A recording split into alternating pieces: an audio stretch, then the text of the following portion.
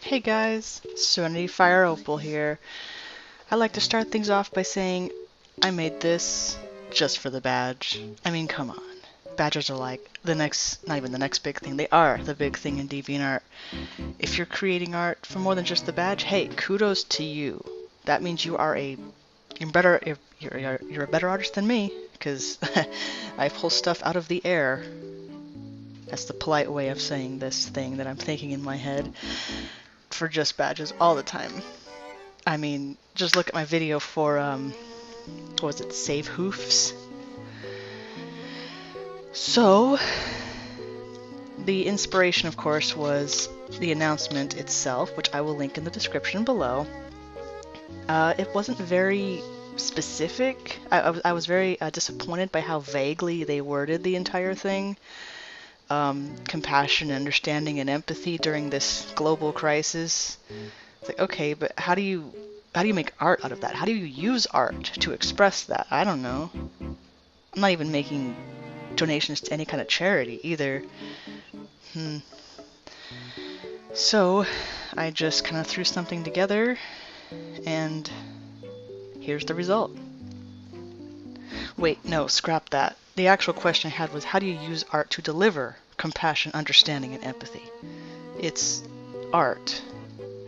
Not to downplay any skilled artists, of course, but it's still just a graphic on a computer screen, whether it was submitted originally, traditionally, or digitally. I mean, it's a nice drawing, but it's not going to pay my rent or my grocery bill. Sorry, guys. And by guys, I mean DeviantArt team. It's just art, not money, not charity, stuff like that. Sorry to be so weirdly morbid about this whole thing. Maybe that's why they were so specifically vague about it, because they weren't even sure what they were talking about. Anywho, with that said, let's get started. So, like a few of my projects now, I've really got to get down on myself about this. I started recording partway through the process, so I will be presenting to you a freeze frame of what I had gotten so far before I realized I could be recording this. So what you see before you is Start W. Well, we know what the finished product looks like because I'll put that in the link in the description below as well. So on the screen so far we have some shapes and some letters. They are on two different layers, shape layer, typing layer, what have you. The shapes are supposed to roughly, the keyword here is roughly, resemble the shapes of the letters. Now you're probably thinking to yourself, well, how the frick does a T look like a triangle? Well, that'll come later, but I'll just spoil it now. I'm going to be flipping those upside down, because if you look at the rough shape of a T, it is essentially an upside down triangle, wide at the top, narrow at the bottom. And with that said, let's get started. Alright, so right out the gate you can see me flipping the triangles upside down, as I mentioned I would inevitably do, using the pen tool of course to refine those points and bring them to a more reasonable location, because these are not equilateral triangles we're dealing with here. If you remember your, what grade was that? I don't know, middle school geometry classes. So just messing around, getting those shapes just where they want them, just where I want them to be. Sorry, I'm not a they, I'm an I. The W is a trapezoid, of course. I mean, come on, it just looks like one, even without the squiggly up and down zigzaggy lines that a W is made out of. Continuing to refine and process the shapes.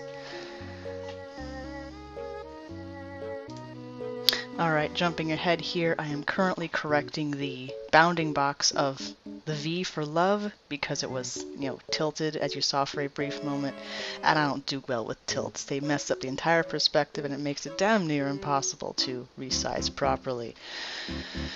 And I'll be reshaping the actual art box. What's it called? I don't know, something. Multiple times throughout this process. Now we are making the letters nice and jauntily tilted. I learned that word from reading, guys. Reading expands your vocabulary. Jauntily, I don't know, it means silly or something. Anyway, nice tilted letters, but where am I going with this? I mean, yeah, it looks cool now, but it's still black and white, and it's still very meh. Okay, time for a little confession, and I will link this in the description as well, but this was inspired by a very old works of mine. I think it was made in like 2015 or something, and I basically didn't reference it at all, but just went off of my memory. And there were some things I missed. See, it doesn't look so cool now. It's tilted shapes, so catchy.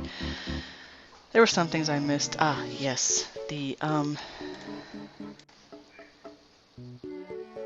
apologies that my thoughts are so scatterbrained. So that was the use of the Pathfinder tool, which allows you to cut and crop shapes to lots of different ways. In this case, I'm using the remove front part of it. There's like 5 or 6, 7, I don't know, number of settings. A couple of letters looked like they were illegible, fixed that real quick. So now we are grouping them to make cool 3D, extrude. Extrude's the word, where you basically take a two-dimensional object and make it look like it's popping out of the paper. You might have seen extrusion when you were playing with Play-Doh back in preschool, and you pushed it through that hole with the special lever. It's pretty much the same thing, except, you know, digital.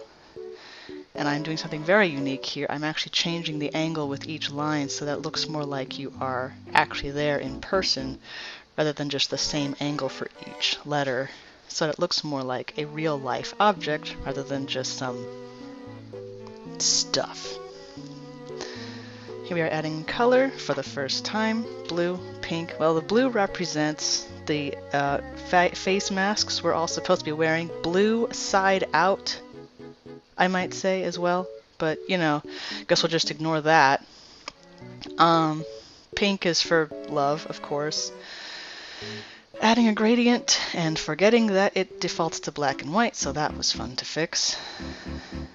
And we're almost done already. I believe I added like one more layer after this. So, wait for it. Alright, we're skipping ahead. This is taking too long. Oh, there it is. Start, love, with. Now why is it 3 layers? So I can move them around independently, of course. Sorry about that buzz in the microphone there. I bumped it with my hand. So in case you can't read the cutout letters that I made earlier, this would actually enhance the readability of the entire piece by making it more like, well, you know, readable. Get that red in there to really bring out the pink and the red theme here, and to contrast with the blue. Let's see, what was I doing here? I think I was just trying to see what looked good. Was it should be smaller? Definitely not bigger. I don't want bigger. That's the regular print's going to overshadow the cool blocky shapes that I cut out. And we're already done. That's it. The end. Now, let's backtrack a little bit before I was so rudely interrupted by myself, by the art you see before you. I was attempting to say, before I realized I'm supposed to stay on track, that this was actually inspired by an old works of mine made back in 2015 that I will link in the description below. It was from a portion of my digital design class that dealt with typography. And typography is essentially what it sounds like, messing around with the different ways you can use letters to create art. In this case, you use letters to cut out holes out of shapes, make it look cool, of course. You don't want it to be a really straightforward project. You want it to be a little bit creative, you know. Make the letters tilt, make the shapes you're cutting out of a little different, you know. And then just spice it up after that. Add colors, add gradients. In the old one I added an actual texture. I don't remember how I got my hands on that, though I think it just came with the program that I had access to at the time. So there's that.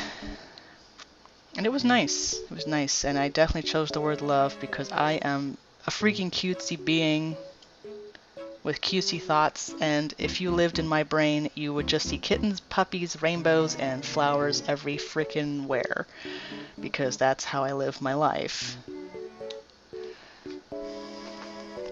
With that said,